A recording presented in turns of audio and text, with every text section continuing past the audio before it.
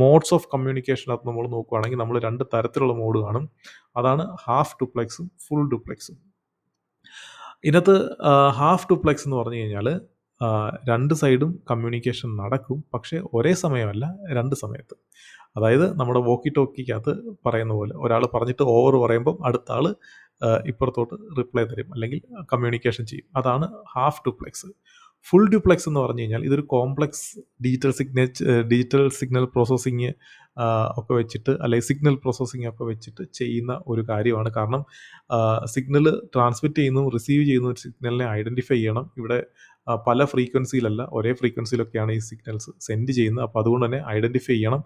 Identify ചെയ്യുമ്പം send ചെയ്ത് ഏതാ റിസീവ് ചെയ്തതെന്നുള്ളത് കൃത്യമായിട്ടൊക്കെ ഐഡൻറ്റിഫൈ ചെയ്യണം.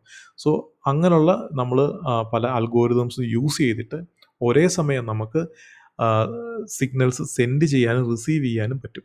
അതാണ് നമ്മൾ ഫുൾ ഡ്യൂപ്ലെക്സ് എന്ന് പറയുന്നത്.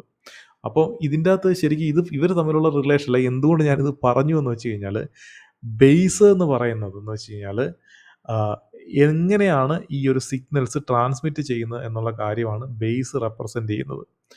ഇനി ഫുൾ ഡ്യൂപ്ലെക്സ് അല്ലെങ്കിൽ ഡ്യൂപ്ലെക്സ് പറയുന്നത് എന്താണെന്ന് വെച്ച് കഴിഞ്ഞാൽ, ഡയറക്ഷൻ അല്ലെങ്കിൽ ഒരേ സമയം ഡേറ്റ ഈ സിഗ്നൽസ് സെൻഡ് ചെയ്യുന്നതിൻ്റെ കാര്യമാണ്. അല്ലെങ്കിൽ എങ്ങനെ ഐസൊലേറ്റ് ചെയ്യാം, ഏത് ഡയറക്ഷനിലോട്ടാണ് സിഗ്നൽ സെൻഡ് ചെയ്യുന്നത്, ഇതാണ് ഈ ഒരു ഫുൾ ഡ്യൂപ്ലെക്സ് അല്ലെങ്കിൽ ഡ്യൂപ്ലെക്സിൻ്റെ കാര്യം പറയുന്നത്.